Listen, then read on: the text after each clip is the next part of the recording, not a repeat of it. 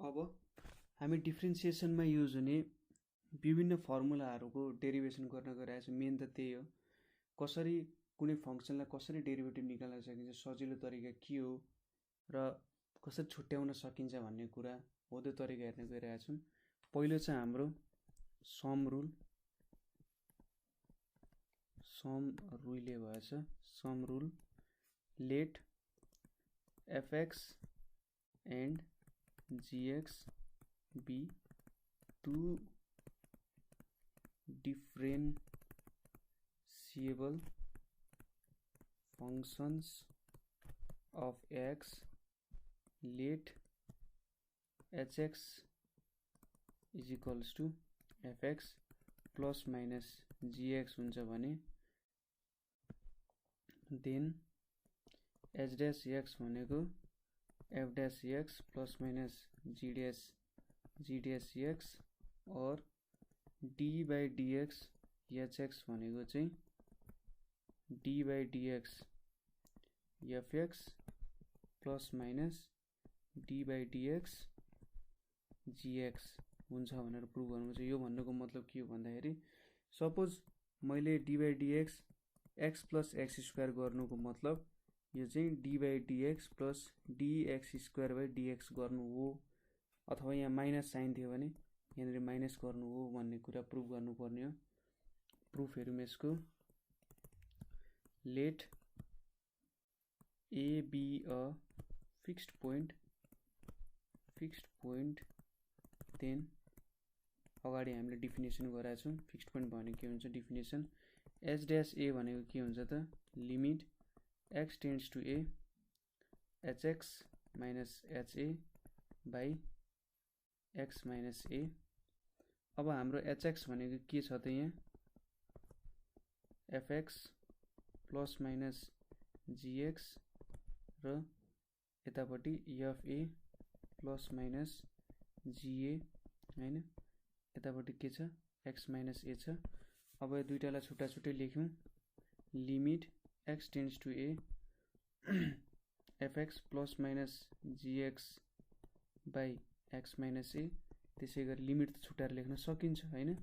यो भनेको limit fa plus minus ga by x minus a भयो।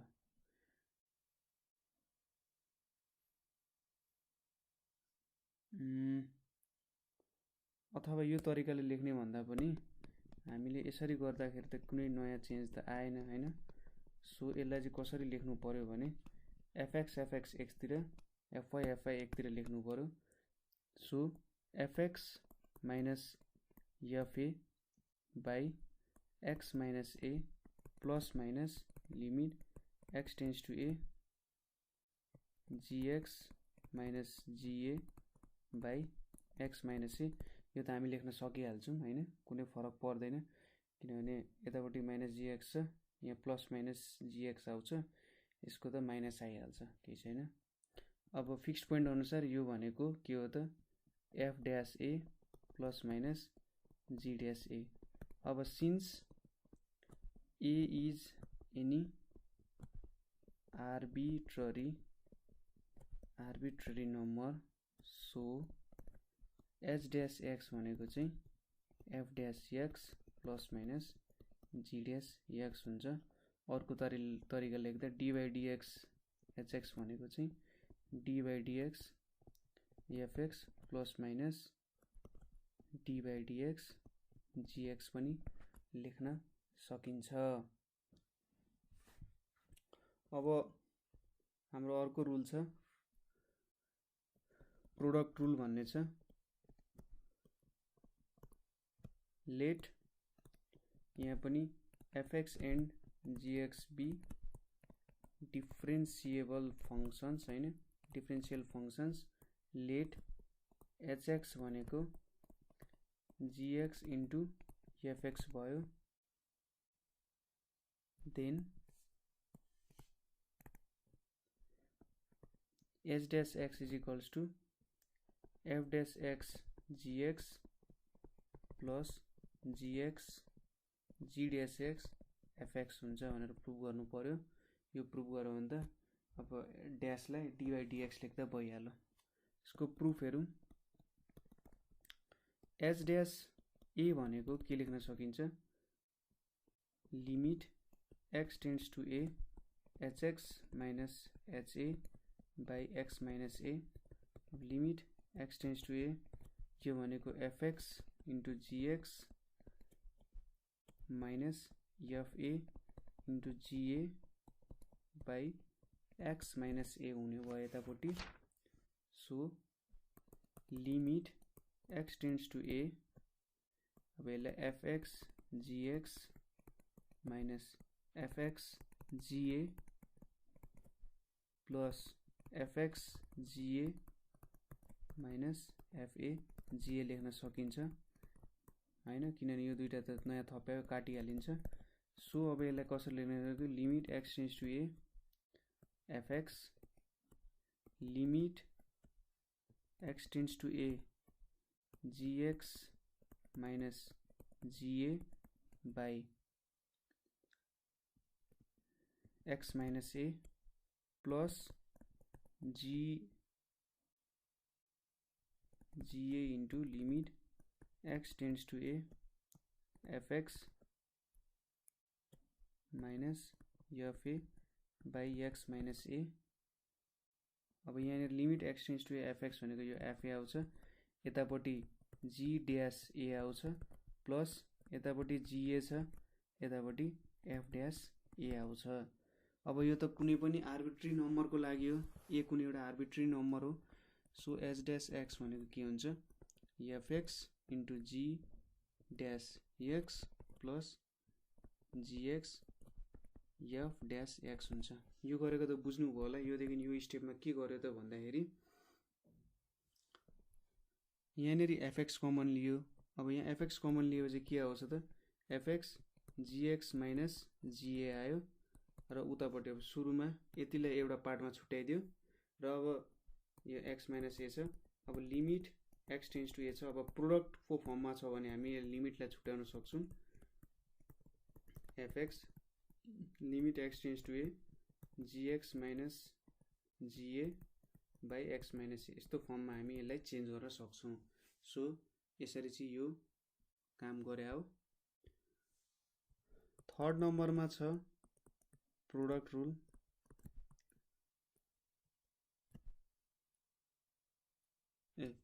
Third power rule, product rule त भर्खरै गरे हो।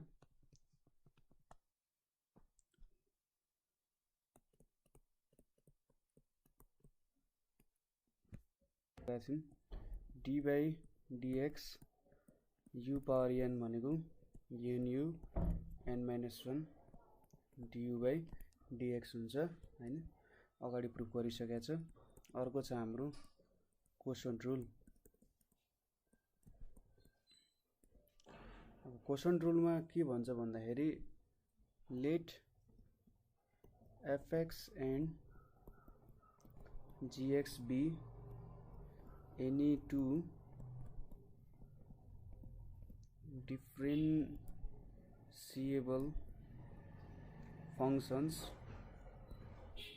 of x, let hx is equals to fx by gx, then अब h को डेरिभेटिभ भनेको चाहिँ के हुन्छ त, gx dash x minus fx g dash x by gx को होल स्क्वायर। इसको प्रुफ हेरौँ। h dash a भनेको हामी के लेख्न सक्छौँ, limit x tends to a hx minus ha by x minus a लेख्न सकिन्छ। अब hx हाम्रो डेफिनेसन अनुसार के छ, fx by gx minus fa by ga, यतापट्टि x minus a आयो। अब एलसीएम लिँदाखेरि limit x tends to a ga fx minus gx fa by x minus a gx ga यो भयो। अब यहाँनिर हामी 1/GXGA बाहिर निकाल्दिउँ हैन र यतापट्टि के गरौँ त FA एड गरौँ GAFA plus GAFA minus GXFA भयो यो ठीक छ। अब यहाँ के आयो त x माइनस a आयो हैन यहाँनेरि x माइनस a आयो। अब प्रोडक्ट रुलले लिमिट छुट्याउने हो भने यहाँनेरि एउटा लाग्यो limit x tends to a 1/GXGA एउटा लाग्यो यहाँ यता भित्र अब limit x tends to a अब छुट्याएर लेख्दिउँ यहाँबाट हामी GA कमन लियो भने GA fx minus FA by x minus a यो एउटा भयो यतापट्टि FA कमन लियो भने GA minus GX by x minus a हुने भयो हैन। यतापट्टि के भयो त यो पनि GA भयो भने चाहिँ G स्क्वायर a र यतापट्टि limit x tends to a GA fx minus FA by x minus a minus limit x tends to a FA GX minus GA by x minus a भयो ठीक छ। अब यसलाई के लेख्न सक्यो त 1/G स्क्वायर a अब हाम्रो यो भित्रको डेफिनेसन अनुसार के हुन्छ त यहाँनेको f ड्यास x GA भयो हैन र यतापट्टि FA G dash x G dash a भयो यो पनि। सो हाम्रो फाइनली के आयो त GA f dash a minus FA G dash a by G square a। अब यो त सबै भ्यालुको लागि सेटिस्फाई गर्छ सो यो भनेको h ड्यास a हो भने चाहिँ सबै भ्यालु सेटिस्फाई गर्छ भने चाहिँ h ड्यास x भनेको कति भयो त GX f dash x minus fx G dash x by G square x हाम्रो डेरिभेटिभ चाहिँ यो हुन्छ।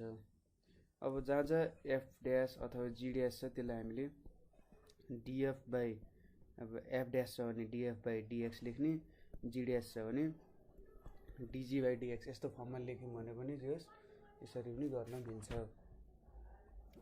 अर्को छ हाम्रो chain rule.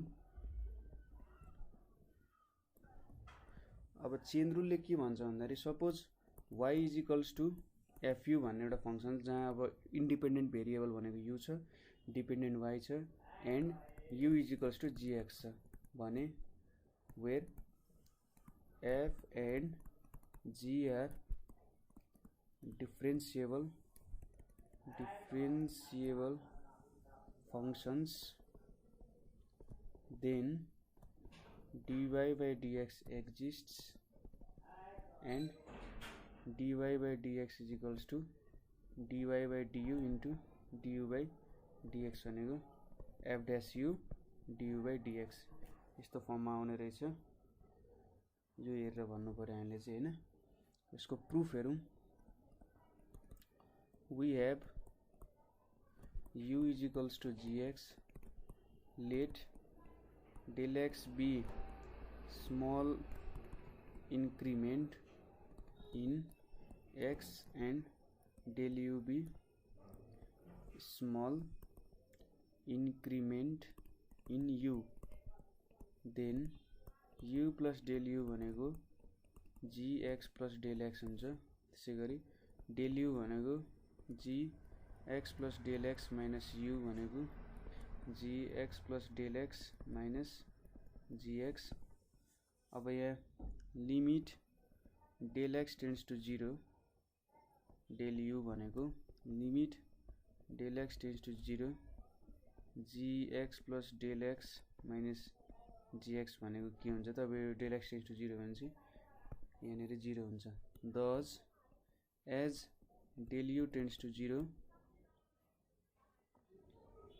del x thus del u tends to 0 as del x tends to 0 हैन। देन अब यसलाई यहाँनेर del y by del x भनेको के लेख्न सकिन्छ del y by del u into del u by del x लेख्न सकिन्छ। सो अब यहाँ हामीले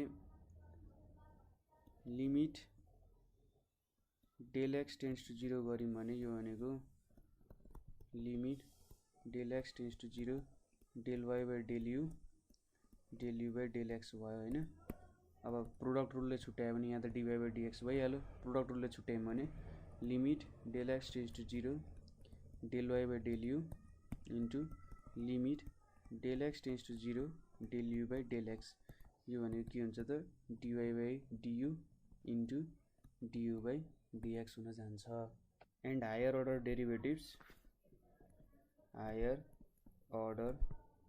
derivatives suppose d y by d x भनेको चाहिँ एफ ड्यास एक्स हो, यसलाई फर्स्ट डेरिभेटिभ भन्छ हैन। अर्को भनेको d square y d x square हुन्छ, त्यसलाई एफ डबल ड्यास एक्सले रिप्रेजेन्ट गर्छ, यसलाई सेकेन्ड डेरिभेटिभ भन्छ हैन। यसै गरी अब यहाँनिर पावर जति छ त्यही हुने। Suppose d n y by d x n, अब यसलाई एफएन एक्सले डिनोट गर्छ, यसलाई चाहिँ nth डेरिभेटिभ भन्छ। सपोज एउटा इक्जाम्पल लिउँ, y is equals to 5x power 4 minus 3x square plus 11। यहाँनिर डिवाई बाई डिएक्स गऱ्यौँ भने के हुन्छ त सुरुमा d by d x 5x power 4 sum rule लाग्यो सुरुमा, d by d x 3x square plus d by d x 1 हुने भयो। अब यहाँनिर 5 बाहिर निक्लिने भयो, d by d x x power 4 minus 3 d by d x x square plus अब हामीले के थाहा छ कन्स्टेन्ट भयो भने त्यसको डेरिभेटिभ 0 हुन्छ।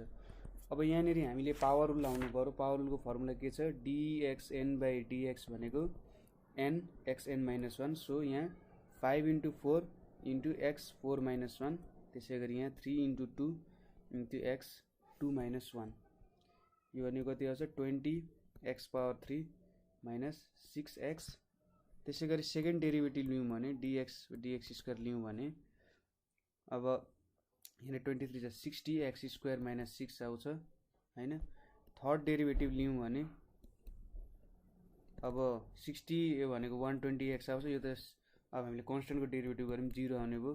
त्यसै गरी फोर्थ डेरिभेटिभ लियौँ भने के हुन्छ त 120 मात्रै आउँछ हैन। त्यसै गरी फिफ्थ डेरिभेटिभ लियौँ भने d5y बाई dx5 भनेको चाहिँ 0 आउने गर्छ। ठिक छ। इम्प्लिसिट फंक्सन बुझ्नुभन्दा अगाडि एउटा एक्सप्लिसिट फंक्सन भन्ने कुरा बुझौँ हैन। सपोज कुनै पनि फंक्सनलाई हैन हामीले कुनै अर्को फंक्सनको टर्म्समा लेख्यौँ भने त्यसलाई चाहिँ एक्सप्लिसिट भन्छ। सपोज कुनै पनि फंक्सन हामीले y is equals to fx यस्तो टर्ममा लेख्यौँ भने यिनीहरू चाहिँ अब एक्सप्लिसिट फंक्सन भयो। यहाँ चाहिँ के भयो त अब y को x को टर्म्समा y लाई लेखिन्छ। Suppose y is equals to x square plus 1 यस्तो इक्वेसन छ भने यो भनेको त y is equals to fx को टर्ममा छ हैन। हो यसरी लेख्नु चाहिँ एक्सप्लिसिट हो। अब इम्प्लिसिटमा के हुन्छ त भन्दाखेरि सपोज इम्प्लिसिट डिफरेन्सिएसनमा चाहिँ हामी के गर्छौं भन्दाखेरि सपोज एउटा x square plus y square is equals to 1 भन्ने फंक्सन छ।